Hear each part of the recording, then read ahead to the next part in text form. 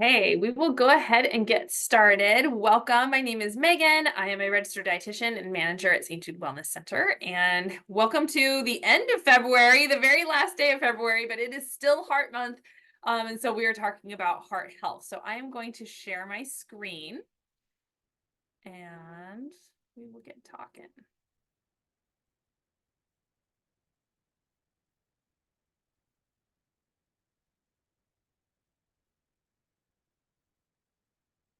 Okay, so hopefully everyone can see that.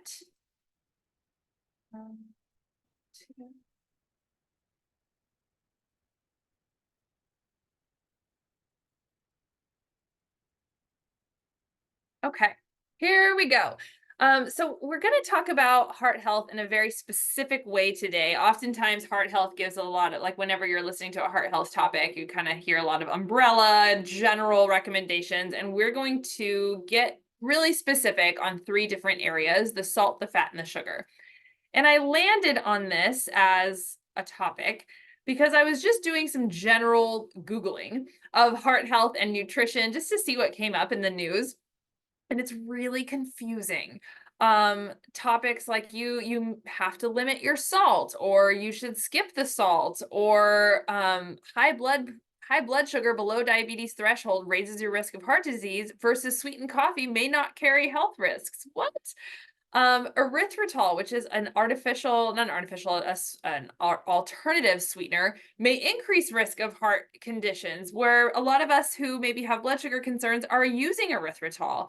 On the fat end of things, saturated fat, is it really that bad for you? What are the healthy fats? So now there's healthy ones. And a new study talks about allowing whole fat dairy.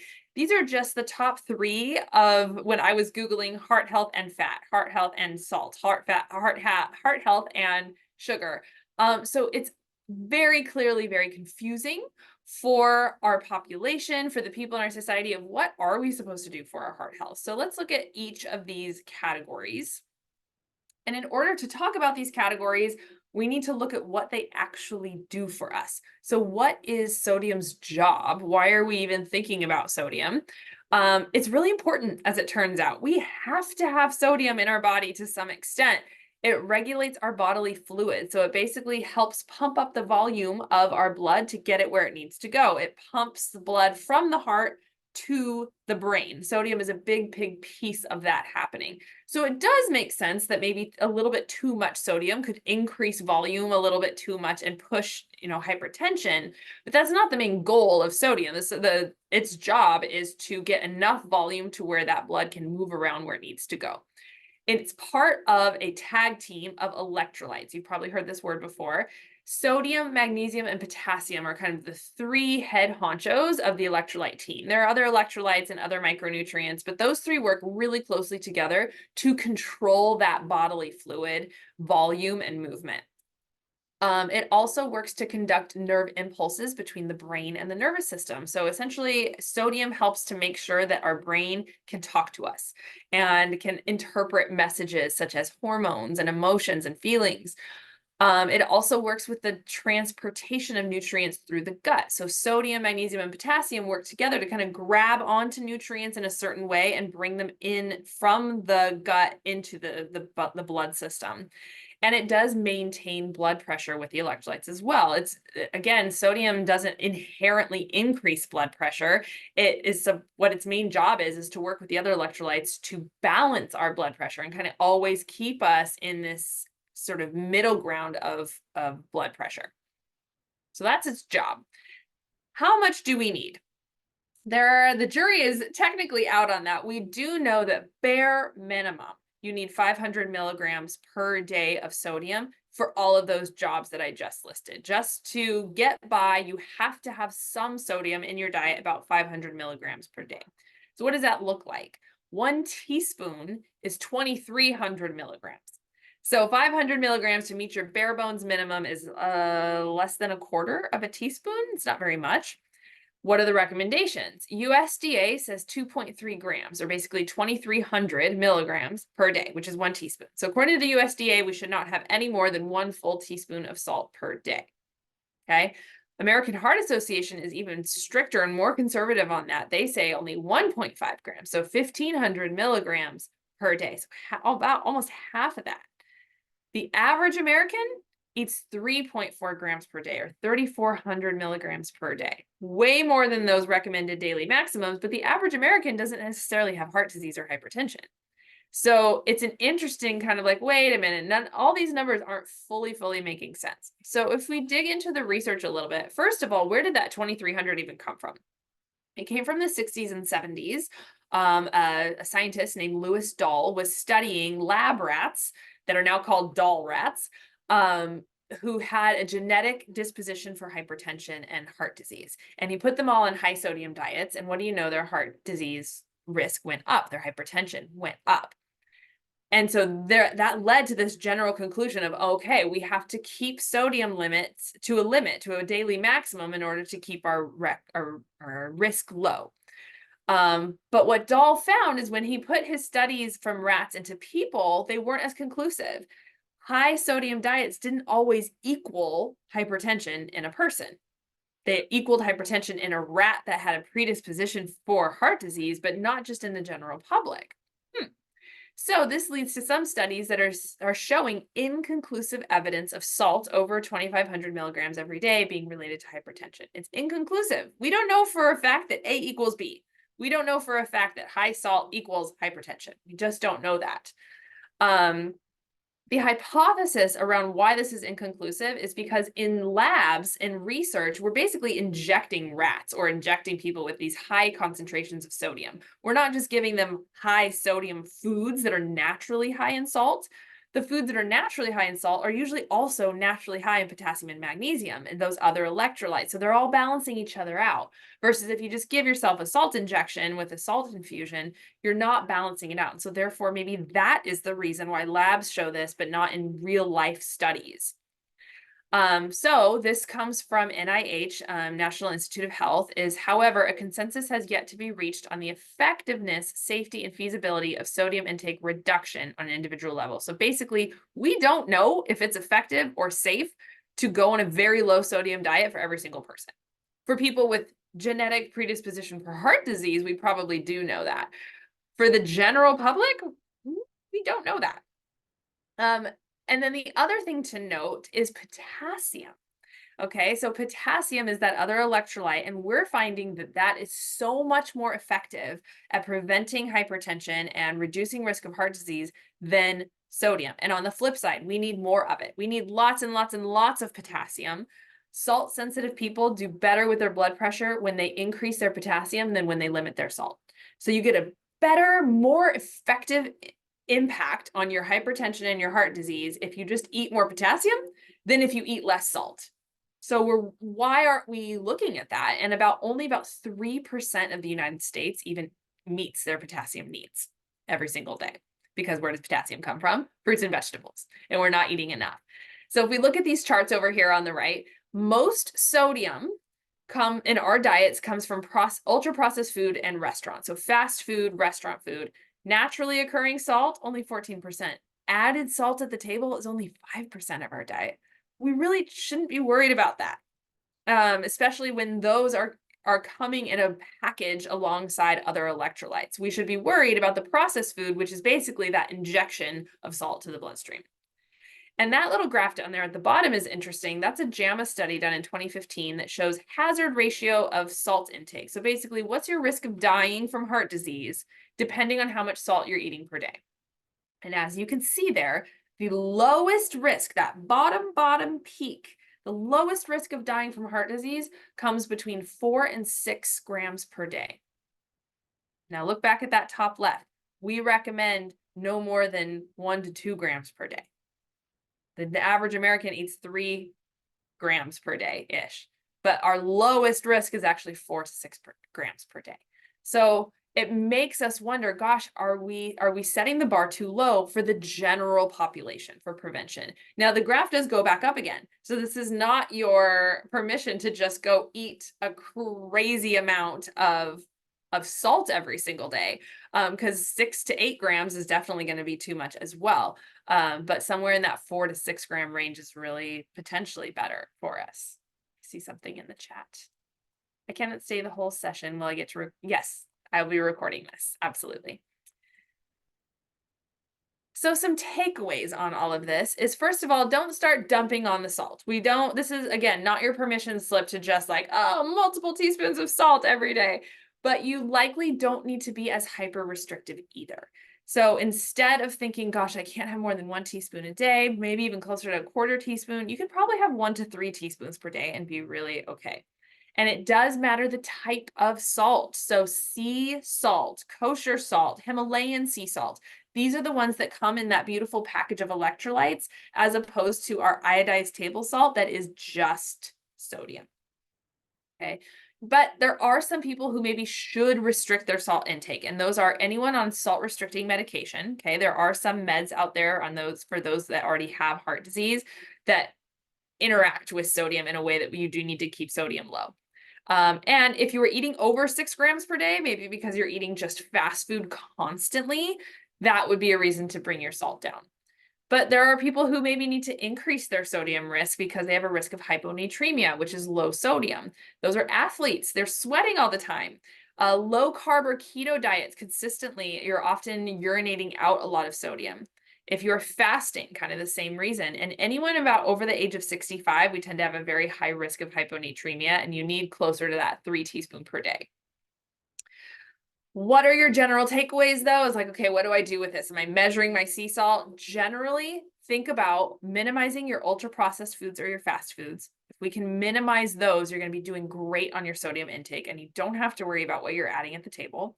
And really, really focus on increasing your potassium sources. 5 cups a day of fruits and vegetables, that will potentially be more impactful than reducing your sodium.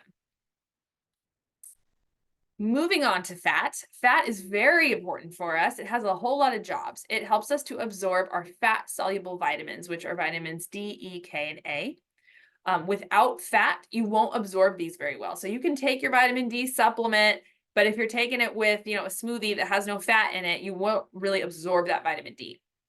It helps us regulate our body temperature, helps protect our organs. It is a big part of our brain function. In fact, our brain is made of 60% fat. That's a lot of fat. It is the cellular wall structure. Our cells, every single one of them, are made up of fat particles and cholesterol. So without those, they kind of don't function as well because they're kind of malleable. Fat also helps keep us full. We tend to have more cravings if we don't have a little bit of fat in our food. It's backup energy. So yes, we store fat and we store it for a reason. So we have energy later. Fat is the only source of essential fatty acids. So those omega-3s we hear about, you can't get them anywhere but fat. And it prevents nutrient loss during cooking. So a lot of times some nutrients will be lost when you're cooking at high heat or high temperatures. And if you have some fat in there, they get kind of stuck in the fat, and so they don't necessarily leave. So fat is very important. And I want to look at the structure of fat. And yes, this is a complicated slide. And yes, I did that on purpose because I want you really understanding that fat is a very complex, complicated topic. It's not just as easy as good fats, bad fats. So there are 2 main categories of fat, saturated and unsaturated. And all this means is the chemical structure, the makeup, the bonds, the chemical bonds, if you remember all the way back to high school chemistry, is how those fats are created. And based on that, they break down more easily or not. And so they can do different things in our bodies. But then even within those 2 categories, there are multiple categories. So within the topic of saturated fat, there are short chain, medium chain, and long chain, meaning literally how long that structure is. Short chain tend to be produced inside of our bodies from bacteria. Medium chain are interesting because they break down really easily and get used by the body really easily. And that's where you might hear like coconut oil is good for me. What? You may have seen that as a headline. That's because coconut oil is predominantly medium chain, which means that it's being used by the body instead of being stored by the body. So it doesn't have the same impact as our long chain saturated fats, which break down really slowly, tend to be stored in storages in our tummies and our muscles and our liver. And that comes from palm oil, red meat, and dairy. Doesn't mean you can't eat those things. It just means that, okay, this is a type of fat that could increase my risk of heart disease if alongside that I also have genetic predisposition, or I'm also eating a really processed food diet and I really don't exercise much and I'm really stressed. Like those are long chain saturated fats from red meat, palm oil, and dairy are just the ones we want to keep at our portion size. Be more aware of that. Unsaturated fats are the ones that we tend to hear about as being healthy for us. Monounsaturated are our omega-9s, which you may not have heard that term yet, but those are basically olives, avocados, nuts, and the oils that come from those things. So olive oil, avocado oil, nut oils. Um, Polyunsaturated, these are our essential fatty acids. We cannot make them in the body, so we have to eat them. And they come predominantly from fatty fish, but also some seeds, soy, and egg also have some polyunsaturated. And then we have trans fats. And you probably, I'm guessing you've heard by now that trans fats are not good for us. But what's interesting is trans fats come from monounsaturated fats. They take this otherwise healthy oil, canola oil, let's say, or grapeseed oil, and they chemically alter the structure to where it actually looks more like a saturated fat in its structure, and the body doesn't recognize it. And so essentially just gets put away in fat storage, and it's really, really damaging, and it can really create a high risk of heart disease. So we want to avoid trans fats, but I just think it's interesting that trans fats started out as a healthy unsaturated fat. So essentially what you should glean from this slide is, again, it's just not as simple as good fats, bad fats. We can't say just go on a low fat diet, just go on a non-fat diet. Because what if you're eating a low fat diet, but all the fat comes from long chain, or all the fat comes from trans? And if you're eating non-fat, we're not getting the fat that we need. So it's just complicated. And to make it even more complicated, even within those categories of healthy fats, we also have some disparities. So the avocado and avocado oil are both monounsaturated fats. The fat itself doesn't necessarily change, whether it's in the food form or the oil form. But if you look at that breakdown on the nutrient label, on the actual avocado, you're also seeing carbohydrates, fiber, lots of fiber, 13 grams, 4 grams of protein. I don't see any of that in the oil. That's because all we're doing is extracting the oil from the food product. So we no longer have a lot of these nutrients that help balance out the fat. Now, it's not saying avocado oil is bad. I like avocado oil and cook with it, and it's one of the better fats to be cooking with when we need to cook with it. But when you're choosing your fats, really lean more heavily on the whole food fat, the olive, the avocado, the nuts and seeds, rather than the oils that come from them. And then when you're looking at oils, you also have to look at how it was processed, because if you take an oil and just press it between two cold plates, essentially, and just drip the oil out, you're getting that pure oil without really altering it too much, because fat is very sensitive to heat, light, and air. So we don't want to mess with it too much. But if you take it and you refine it in a factory with a heat press that usually has chemicals in it, it makes it faster and more effective to get the oil out, but it also oxidizes that oil. It also turns it rancid. And in that, because it has kind of an off taste and no color anymore, there's usually hexane and other chemicals added in to take away the off taste and make it look nicer. And then we put it in a package and send it off to the grocery store, and then we cook with it with even more heat. So now we're taking this otherwise fairly healthy oil, and it's become inflammatory for our bodies, and inflammation equals heart risk. So it's really important, things like canola oil, grapeseed oil, that are monounsaturated. They are, in theory, healthy for us, but not if they're heat pressed, not if they're refined. So we always want to be looking for cold pressed oils, which is hard to find, unfortunately, in things like canola and grapeseed. So you're kind of left with more olive and avocado oil. So some research controversies. There was a study done in 2020 called the Pure Study, and they looked at all of these different types of diets, either high fat or high saturated fat or high monounsaturated or poly, like all the different types. And they looked at the incidence of heart disease and death. And what they found is total fat, saturated, mono, and polyunsaturated were all associated with a lower risk of death and no association with cardiovascular disease. So the fat themselves were not associated with heart disease. And this was just in otherwise healthy people, not like those with a risk of heart disease. They found that those who ate a high carbohydrate diet had a higher incidence of death from heart disease. And then they did a replacement. So they would replace saturated fat with carbs. They would replace monounsaturated fat with polyunsaturated fat just to see if any replacements worked, because a lot of times when someone goes on a no or low fat diet, they increase their carbohydrates. So what does that do? The only replacement diet that showed any effect at all, meaning most of the replacements didn't really do anything, was when we replaced carbohydrates with polyunsaturated fat. So we took out some bread and rice and we put in some fatty fish and chia seeds and flax seeds. This decreased death from heart disease. So actually replacing carbs with fat did better, assuming that the fat is polyunsaturated. Another controversy is coconut oil. And I talked about this a little bit, but there's been a lot of studies that show a benefit of coconut oil. And there was one that did 1 ounce measures of coconut oil every day for 2 weeks. And this showed just in 2 weeks an improvement of LDL HDL ratio, which is a marker of heart health, as well as an improvement in waist circumference. Coconut oil is 90% saturated, but almost all of those saturated fats are medium chain, which may be why it doesn't necessarily increase our risk of heart disease, because those fats are being used. Something that we know for sure that we don't have a controversy about is trans fats are consistently negative and harmful.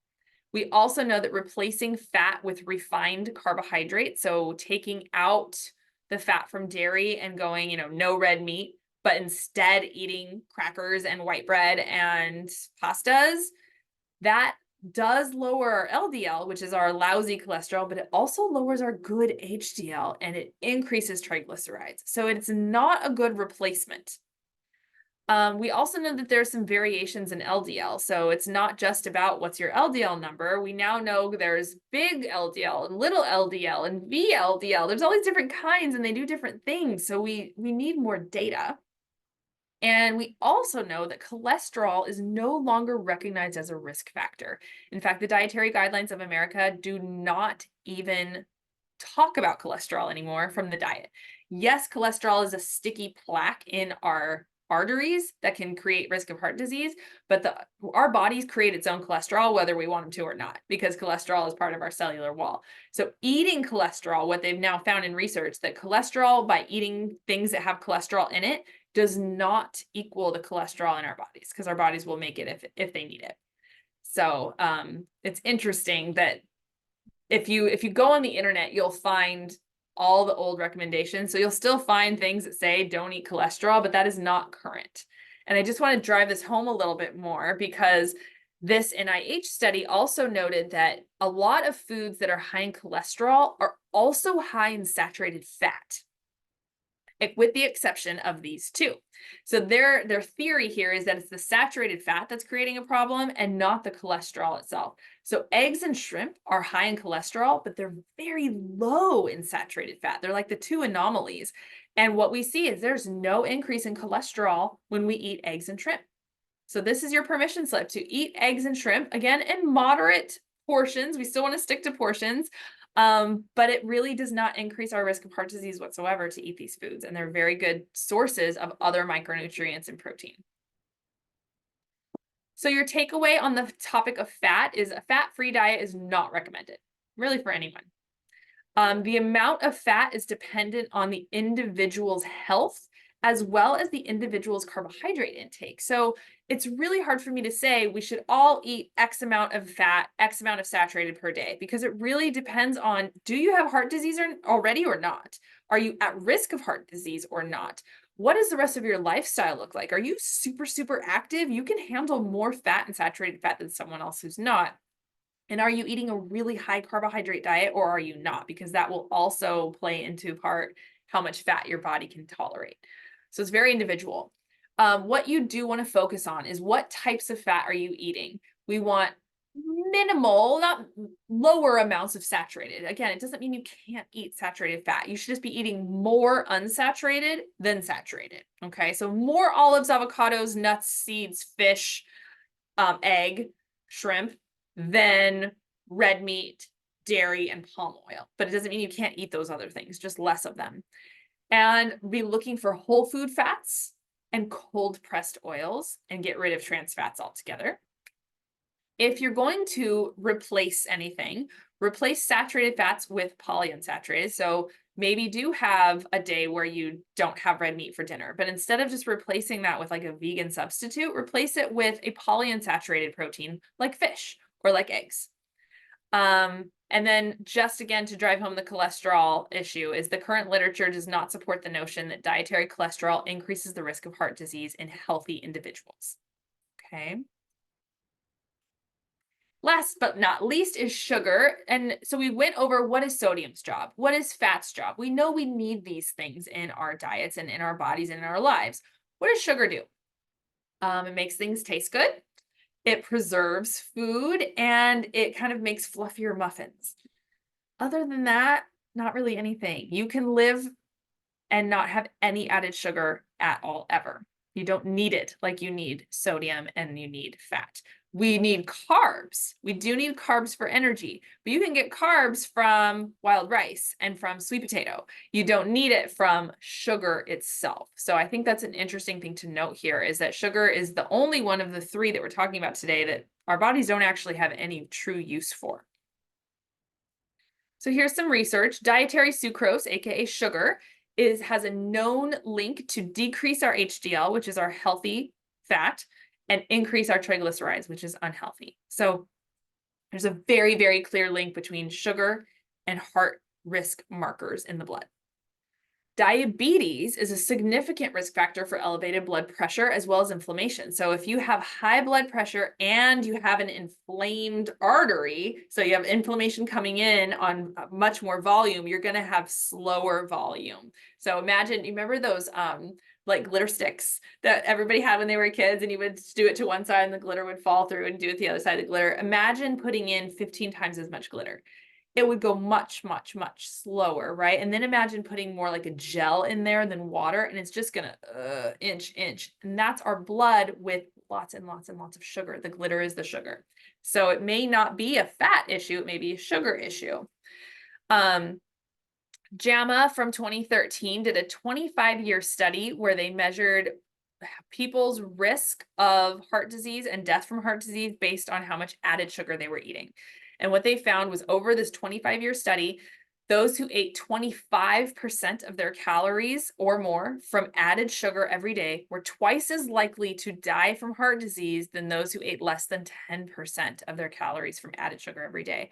It's a big, significant difference in risk just from reducing sugar intake.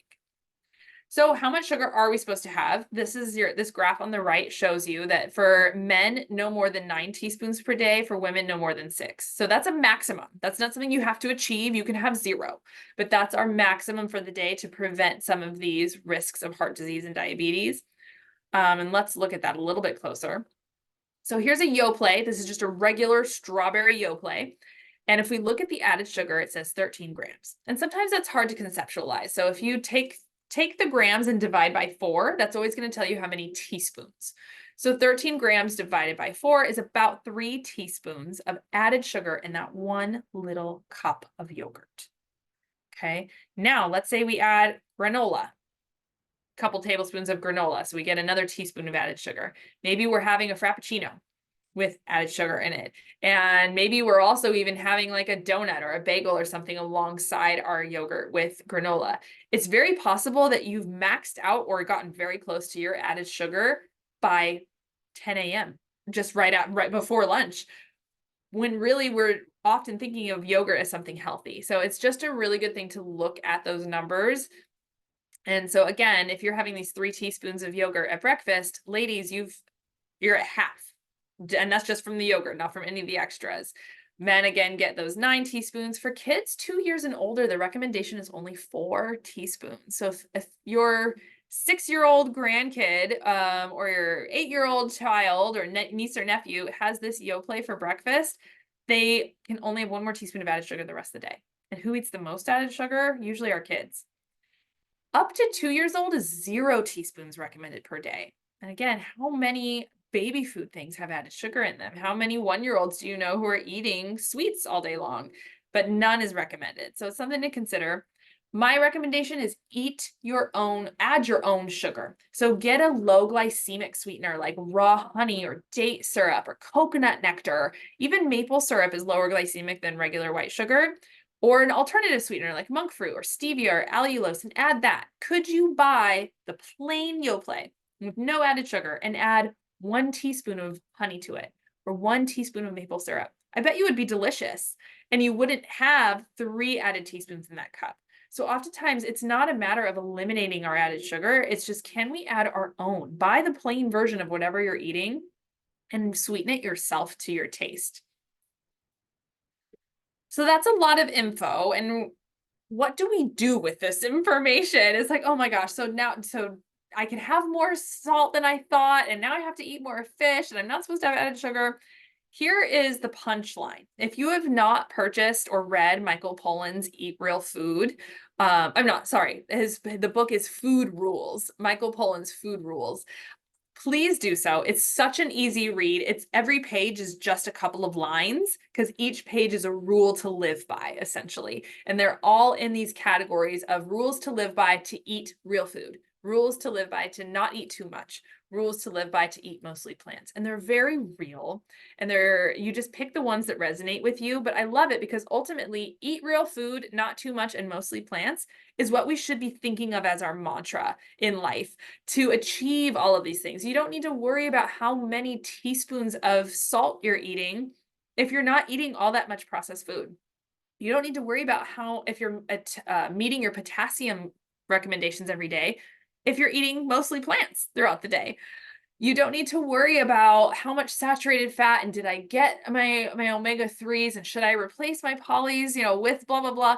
If you're eating real food, not that processed, and not too much, even when you are eating red meat.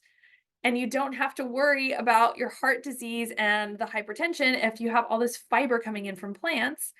And you don't need to worry about any of this either if you're using your own added sugar and your own cold pressed oils, because you're just not going to be getting the unhealthy inflammatory versions of those things from processed foods. So that's my punchline for you. That's my takeaway, is worry less about the numbers and the teaspoons and the guidelines and worry more about simply having a balanced plate with a protein source, with not a lot of refined carbohydrates and lots of plants, and pick good ingredients to cook with, meaning cold pressed oils, seasonings and spices, and minimal low glycemic added sugars. You'll get there. So that is that. I've been trying to shorten my webinars lately, just because I know people have so much going on. It's easier for everyone to pay attention when we have a shorter amount of time together. So there's our information, but I'll also open it up to questions. If you have any in the chat, please enter that. It looks like not. So also know, as I wait to see if there's any other questions, that this recording by next week will be up in the video tab of our website. So stjudewellnesscenter.org, click videos, and there's several different categories. This recording will be up there as well for you to watch and learn from as much as you like, or to share with a friend who maybe couldn't make it today. We do have a seminar or a webinar up for next month all about detoxing, since spring is in the air and spring detoxing is usually a theme on people's minds. So we will have that, and always feel free to click on the programs and events tab of our website to know what other kind of workshops and cooking classes and fun things we have going on. So thank you so much for coming today and spending your afternoon with me. And if you have other questions that pop up later, feel free to email us and we'll get back to you. We'll see you soon. Bye.